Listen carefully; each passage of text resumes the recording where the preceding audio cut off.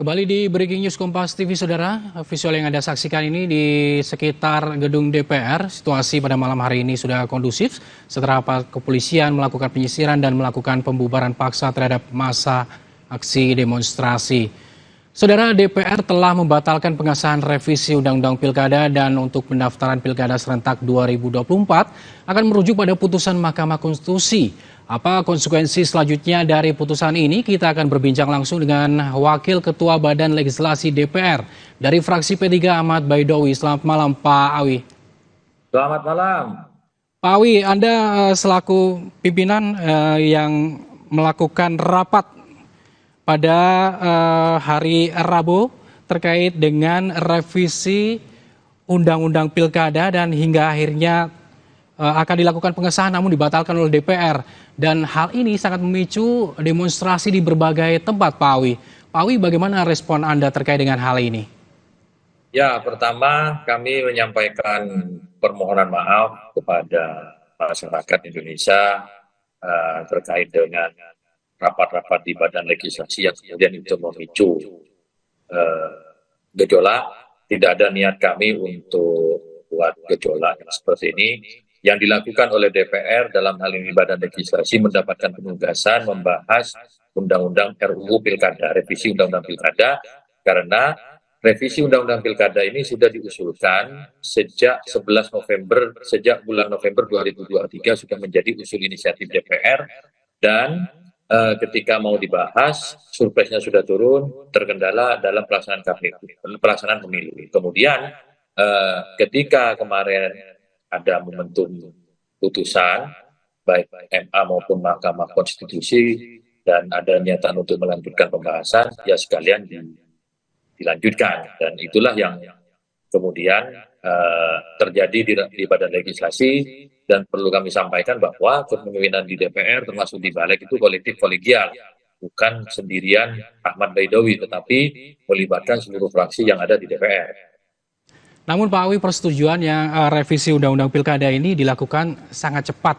Banyak tudingan dari berbagai pihak bahwa percepatan persetujuan dari revisi Undang-Undang Pilkada ini menjadi kebutuhan politik ataupun kelompok tertentu, Pak Awi.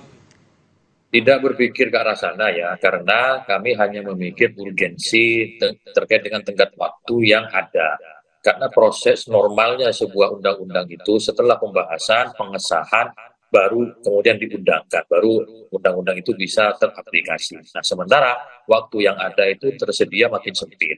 Nah, karena itulah kemudian kita berpikiran jangan sampai nanti ketika memasuki tahapan pendaftaran itu ada problematika hukum yang membuat proses pendaftaran jadi bermasalah.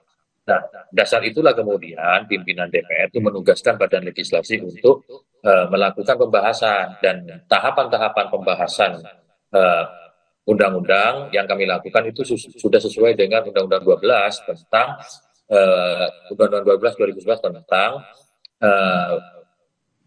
P3, pengaturan tentang pembentukan peraturan perundang-undangan. Jadi begitu kira-kira yang terjadi di lapangan. Pak Awi, tadi DPR telah membatalkan revisi Undang-Undang Pilkada. Apakah ataupun pembatalan pengesahan revisi Undang-Undang Pilkada?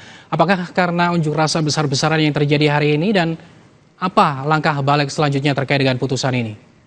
Ya, karena ini keputusan tertinggi tadi rapat paripurna membatalkan pengesahan karena salah satunya aspirasi yang berkembang untuk RUU ini tidak disahkan.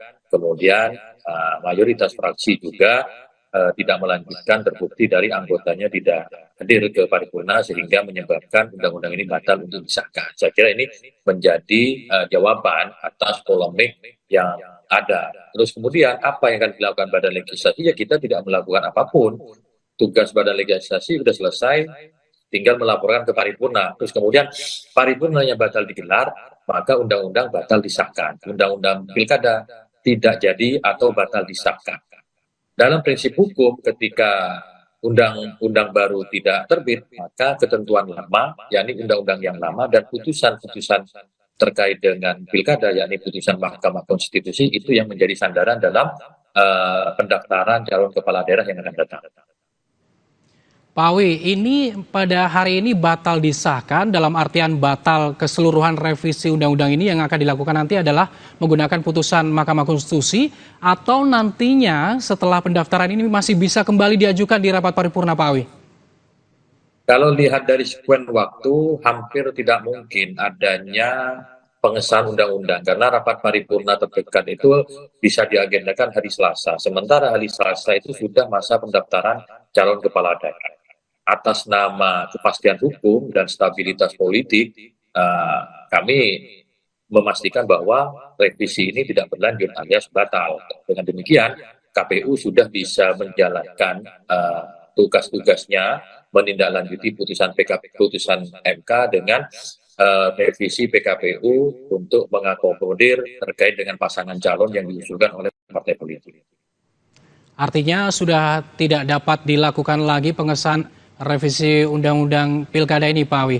Pak Awi, terkait dengan batas usia calon kepala daerah, saya ingin menanyakan mengapa Balik ini menolak menjalankan putusan MK dan memilih putusan MA, Pak Awi, sebelumnya? Yaitu fraksi-fraksi yang berpendapat seperti itu dengan logika dan pandangan hukum karena masing-masing putusan memiliki kekuatan dan kekuatan hukum di Mahkamah Agung itu dijelaskan secara eksplisit putusannya. Maka fraksi-fraksi dengan pendapat hukumnya masing-masing menyepakati itu. Jadi itu bukan keputusan Awi pribadi, tetapi keputusan semua fraksi yang dari DPR bersama pemerintah dan bersama DPD. Jadi kita sudah buka semua waktu itu, tetapi sekali lagi semuanya itu selesai berakhir ketika Undang-Undang Pilkada batal disahkan dan kembali ke ketentuan undang-undang yang lama dan putusan Mahkamah Konstitusi. Pak Awi, P3 adalah bagian dari Koalisi Indonesia Maju. Ada yang menilai revisi Undang-Undang Pilkada ini hanya untuk kepentingan Koalisi Indonesia Maju. Namun jangan dijawab dahulu, Pak Awi, kita akan lanjutkan usai jeda.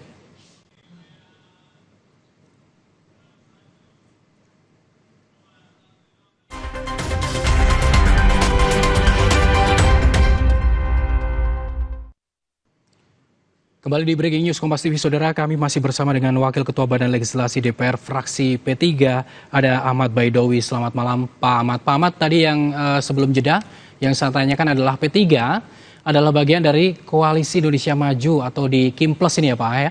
Ada yang menilai revisi Undang-Undang Pilkada ini hanya untuk kepentingan Koalisi Indonesia Maju. Bagaimana Anda merespon hal ini, Pak?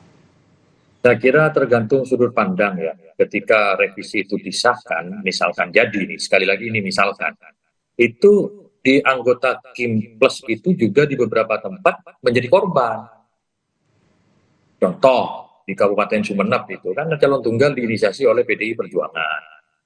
Dan juga di tempat lain ada calon tunggal yang diinisiasi oleh Partai Golkar misalnya.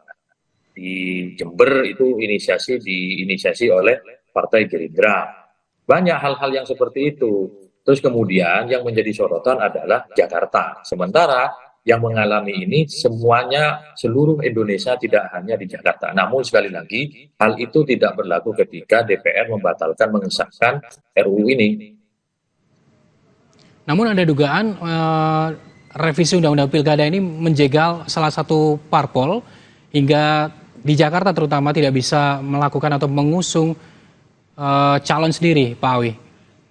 Sekali lagi kami tegaskan bahwa ketika misalkan RUU ini diberlakukan, maka tidak hanya berlaku di Jakarta, tapi di beberapa daerah lain itu yang menjadi korban itu banyak, tidak hanya PDI Perjuangan. Contoh di Kabupaten Sumeneb, itu P3 yang tinggal sendirian, tidak bisa berangkat. Terus di Kabupaten Jember misalkan, ada koalisi besar dipimpin Gerindra. Terus di Kota Batam misalkan, diinisiasi oleh yang lain. Di beberapa tempat diinisiasi oleh Golkar misalkan. Itu hal yang biasa, sama saja sebenarnya. Cuman ketika di Jakarta, seolah-olah di framing ini hanya berlaku di Jakarta. Padahal itu juga terjadi di hampir seluruh kabupaten, kota, dan provinsi di Indonesia. Namun demikian, asumsi-asumsi itu sudah nggak berlaku lagi ketika DPR membatalkan revisi Undang-Undang Pilkada. Baik, ini kan DPR akhirnya membatalkan pengesahan rancangan undang-undang pilkada. Bagaimana dengan soliditas parpol-parpol di Kimples, Pak Awi?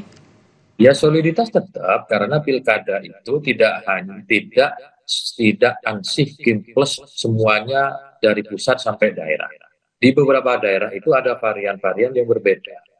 Ada Kim plus, ada Kim sendiri, ada hanya plusnya sendiri gitu. Banyak itu tidak hanya di mana? Di daerah misalkan di Kabupaten Sampang, itu daerah pemilihan saya, itu bercampur-campur itu, Kim plusnya tidak dalam satu tempat, itu berbeda-beda. Dan juga di beberapa tempat yang lain, saya kira karena konteks pilkada ini berbeda-beda satu sama lain, kontekstualitas lokalnya itu kan berbeda, tantangan koalisinya di setiap lokal itu berbeda, sehingga tidak otomatis Kim plus yang ada di Jakarta itu juga seiring sebangun sampai tingkat kabupaten kota. Tidak mesti seperti itu. Pak Awi, menurut Anda masih adakah peluang untuk pengesahan revisi Undang-Undang Pilkada berlaku di Pilkada serentak 2024? Misalnya nih Pak Awi, tiba-tiba waktu pendaftaran diundur hingga DPR kembali menggelar rapat paripurna, Pak Awi. Kalau soal mengundurkan jadwal itu urusan KPU, Pak. Dan saya kira tidak sembarangan bisa mengundurkan. Jadi jangan berandai-andai, itu wilayah KPU yang sudah diumumkan ke publik dan dijadwalkan gitu. Itu ranahnya KPU. Sampai hari ini KPU itu tidak mengumumkan pengunduran jadwal pendaftaran.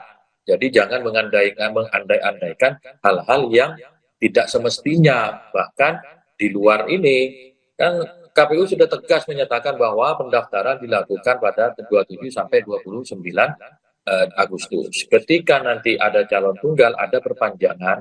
Ketika masih ada satu paslon, itu ada perpanjangan pendaftaran.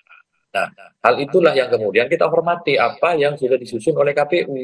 Kalau semuanya diundur, bahaya dalam pelaksanaan pilkada ini gitu. Kasihan masyarakat. Pak Awi, nanti rencananya pada Senin pekan depan, KPU rencananya akan berkomunikasi dengan DPR untuk menentukan langkah berikutnya. Pak Awi bisa memastikan bahwa nanti hasil keputusan dari KPU dan DPR ini akan diputuskan mematuhi putusan Mahkamah Konstitusi, Pak Awi? Ya pastinya begitu karena norma hukum itu kan berlaku dan apalagi itu menjadi ranah PKPU, materi muatan dari peraturan KPU. Kita serahkan aja kepada kawan-kawan KPU bagaimana menafsirkannya. Baik, terima kasih Pak Awi, Wakil Ketua Badan Legislasi DPR Fraksi P3 Ahmad Bayodowi telah bergabung di Kompas TV dalam Breaking News Kompas TV pada malam hari ini.